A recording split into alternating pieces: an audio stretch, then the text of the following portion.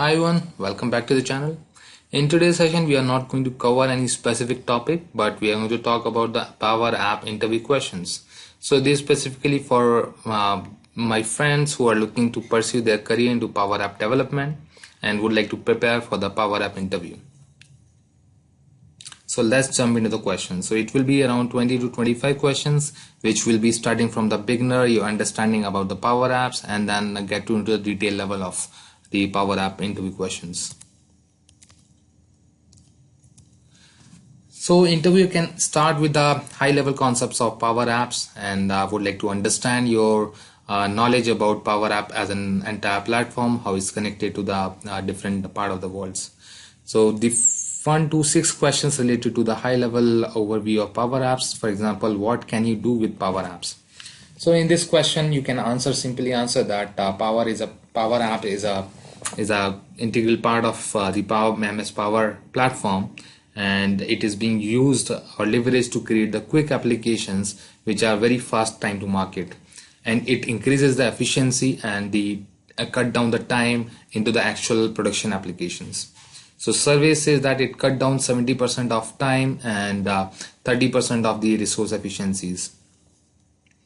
The second question could be, what is MS Power Platform? So in this question, you can answer about what various components are there in MS Power Platform. So you can answer is MS Power Apps, MS Power and Power Automation, and as well as the Power BI. As these all products are interrelated, so you can talk about a few lines about each and every product if you would like to elaborate about more about the MS Power Platform. So going to the third question, can anybody work with Power Apps without license? So with this question, interviewer would like to understand your knowledge about the pricing model of Power Apps. So you can simply say, no, everybody has to need some specific valid license to access Power Apps. So Power Apps with a P1 license, it comes with the E3 and E5 of O365 subscription. But if you would like to do some advanced stuff, then you have to go for the Power P2 license. And as well as you can just additionally add that there are few add-on costs. For example, if you would like to leverage artificial intelligence add-on, then you have to pay extra for it. So it will give you the entire answer related to the pricing model. Then in the conversations, interview may ask about you where that data gets stored into Power Apps. So in this question, you have to express your knowledge about the data sources in the Power Apps, how the data sources are being managed. You can simply say that there are various data sources which we can connect. It can be SharePoint, it can be CDS, and you can put impression or more stress on the CDS stuff, so that the interviewer should understand that you have the understanding of common data services, how the data gets stored into a cloud entity, as a cloud entity, which is a pretty much secured one. Going back to the question number 5, what different type of apps you can develop and which fits to what scenario? So with this question, interviewer must be asking you the types of Power Apps. So you can simply say it's a Canvas app and model driven app. So if you would like to elaborate more on this, then you can talk that model driven apps are being generally created around the data entities. So everything is surrounded by the data, and whereas on the other hand, Canvas apps are being used to create apps on a blank canvas, where you can just drag and drop controls and then create the data sources of your choice to interact or to interact with the data.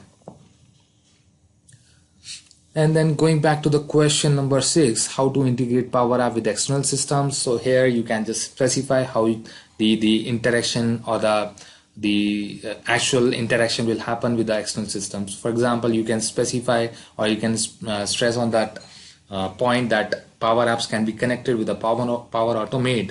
You can just add any Power Automate which can have the external connectors. For example, you would like to push the data to Jira, or you would like to push the data to Sales Cloud, then possibly you can use those connectors within the Power App. So when a person is submitting any data within the Power Apps, then Power Automate would take care of that data with some input parameters and pass on that data to external systems. So this would conclude your knowledge about the connecting Power Apps with external systems. Now going to this question number 7, how can my Power App form be available to external users with anonymous access? So in this question, the indirect question is whether your Power App can be accessed outside of your organization or not. So the direct answer is no, but indirect answer is yes. And why I'm saying yes, because you are having Power App portals which can have your forms connected to data entities to where the external or anonymous users can enter the data, and that data can be submitted in your data entities and can be managed. So when a person asks or interviewer asks you that whether Power App is accessible outside of your organization, you can simply say no. But Power App forms or data entities, yes, you can capture the data from anonymous users using Power App portals. So going to the question number 8, is Power App replacement of InfoPath? So it's a pretty straightforward understanding that people used to say that InfoPath is being replaced with Power App. So yes, the direct answer is yes. But Power Apps does have a lot of many features and a lot of modern features where it's not just the InfoPath of capturing the forms and then saving the form data. It's more than that. So whatever was there in InfoPath, you can build out with the Power Apps. Yes, definitely you can. As in follow-up question, 9th question is a follow-up to that can I have tabular form built in Power Apps with repeating sections like InfoPath? Yes, you can have. You can simply use the browse gallery control, and in the gallery control you can bind that to the input sections, for example, a couple of text boxes, and then on some action of button you can simply bind up all the data in your repeating sections to a collection, and which in turn can be passed to a data source. It can be SharePoint or any CDS data source. Going to the question number 10, how can an app be moved from one tenant to other tenant? So that means like interviewer is asking you whether the process of deployment. So you can simply say once the Power development is done on dev tenant, then you can just simply download that to your disk, and within a different tenant you can just upload that file, the deployable file, and you need to update the connection so that it can work in that environment. So there is no automated process as of now, but it's pretty simple one, downloading the deployable and then uploading the deployable to a different tenant. Now 11 to 21 questions would be a bit more depth, because the higher interview would like to understand your development skills related to what is being there in Power Apps. So for example, this question 11 is how to bulk update records in your data source in Power App. So with this question, interview would like to understand the process of where one form is there and you are collecting data for 10 records, let's say, and in one shot you would like to update all the data in your data source. So for that you can say I would be using a collection with a collect function, and with that collect function I'll be binding all the fields, and using patch function I'll be patching each and every record to the data source or that particular entity. It could be SharePoint list or any entity into the CDS, and using for all function which will iterate through each and every record to update update those entries in that particular data source. So that's how you can just give a more explanation to that question. So going to the question number 12, how to trigger any business process from Power App. So as I said, Power App is a mechanism of capturing the data, and in turn Power Automate is a mechanism of binding that business process with that data. And at the third step, Power BI is a mechanism of showing the interactive dashboard on that data. So that's how these three are connected. So for binding any business process, you would be leveraging Power Automate. So when a person is submitting some data, that data would be passed to the Power Automate using arguments. So Power App does give us a feature where we can just add up the Power Automate and passing the input parameters to that, so that it can in turn it can be captured within Power Automate. So now coming to the question number 13, how to control permission in Power App. So it's a pretty tricky question, because Power App permission it's not a question about sharing your Power App. it's a question about how to control the permissions. For example, you are having 3 screens, and 2 screens should be visible for end users and 1 screen for admin users. Then how would you decide that this screen would be for admin users? How would you control? So there are 2 ways of doing that. One is you can create any access control list either in SharePoint or in any other data source, and you can just filter or search the current user email within that access control list, and based on that you can make a decision whether this screen should be on visible function. You can just on visible property, you can just bind that thing. So on visible you can just write filter if current user email is part of that entity list or SharePoint list or not. So that is one way.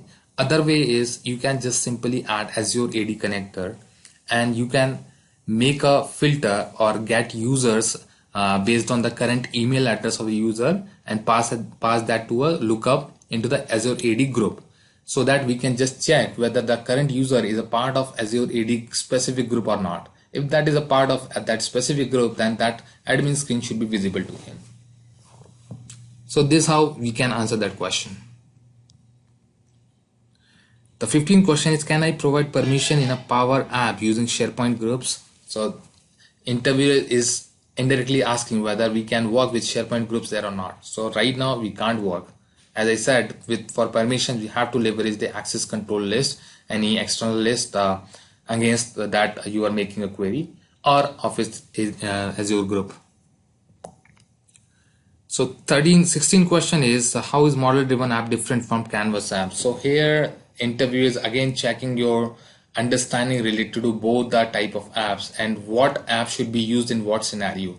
So you can simply say model driven apps are being built up around data and data entities, and those entities are interconnected, has relationships many to many or many to one, and we by default we get views and forms created.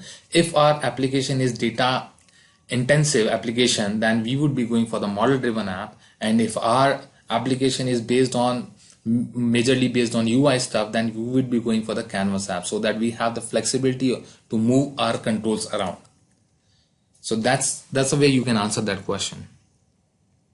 17th question, how to control permission at entity level in model driven apps. So here interviewer is asking you what different level you can control the permission. So as in Canvas app, as I just said, that you would be controlling the permission based on some access control list, but on the other hand, we all in the model driven app we also have a capability to make the permissions at the entity level. So Power App admin just can log into the portal where he can see the security roles, and in those security roles he can define the what role, or let's say he can also create a new security roles and providing the permissions to those entities. For example, employee is an entity, and if you are creating one HR team as in security roles, so that HR team security role should be allowed to do all sort of operation on that entity. So that's how you can control the permission specifically on model driven apps. So question number 18 is, can establish relationship between data and Power Apps? So that I already answered when I was talking about the model driven app, so I'm just skipping that one. The 19th question is, can I use JavaScript and CSS in Power Apps? So as of now, no, we can't use. So straightforward answer is no. 20th question, any limitations of Power Apps? So here you can define what in real time what limitations you actually encountered. So for me, I can say there are 3 or 4 limitations. So one is Power Apps, if I'm building any app, it would be can run under the umbrella of Power Apps. It can't be run as an app under any iOS store or Google store. So that is one. So that understanding should be very much clear from the user perspective as well. What should they expect? Second limitation is, by default there is a limitation of 500 item which an entity can return on search or on filter. So though like we have workaround to cater that out, but as of now like it's a limitation, I would say. And the third is, so whenever a person is editing any app, so only one person is allowed to work on that specific app. So if one of your team member would like to work on the same app on a different screen, so right now there is no process, there is no way of like making concurrent users working on the same thing. So which is quite hindering. I mean, like if we are building any app which is having 10 to 15 screens, and each and every screen, if one developer would be working, so that's kind of like not a pretty efficient way of working. So question number 21 is how to overcome 500 item limit. So as I said, so we can directly change the limit under the app settings, but that's not a right way of doing it. So we have to actually rely on delegations. So what that delegation means, you would be delegating one object so that some certain set of items should be returned. So not on one all go, like you will be extracting all the items in one shot and then iterating on some actions. Either and or you can just simply use those functions in a pretty efficient way. For example, you are filtering 100 item where the department is IT. So you can simply use where department name equal to IT, or that would not return you any delegation warnings. But if you use that in, for example, title in IT, so that is not an efficient way of like querying. So question number 22, name any few functions in Power Apps. So just to check your in-depth knowledge of your functions, interview may ask this question. So you can simply say you have worked on search functions, filter, lookups, and patching a record into any data source, update if some condition met, then only update the items, and then for all, and as well as collecting or setting the variables, update context. These sort of you can simply answer in that fashion, so that the interviewer can understand that yes, you have worked on the real-time applications. So next question is interrelated. He can follow up asking this question, how to use variables in Power Apps. So you can simply say, we can simply set the variables in any of the screen. If you would like to have the that variable available in any different screens as well, then you would be using the set variables. And if we are working in that specific screen only, then we can use the update context. So this is kind of difference as well. So update context variable would be available for that just specific context on that specific screen. So that's pretty much, I mean, like standard questions where interviewer would able to judge you with your efficiency or expert level of your Power Apps development. So if you would like to understand more about these specific areas, then you definitely can go in my Power App playlist, where I have actually like created real-time application using each and every concepts. And to get a more control over the concept, you can in detail watch those videos. So for now, those who are looking for Power App, those who are going to face the Power App interview soon, then this is a pretty crash course for them. If they prepare all these things, then they would be through definitely. So I hope this is a useful video for you. If you like it, please thumbs up, give a thumbs up on the video, and subscribe to my channel. Thank you.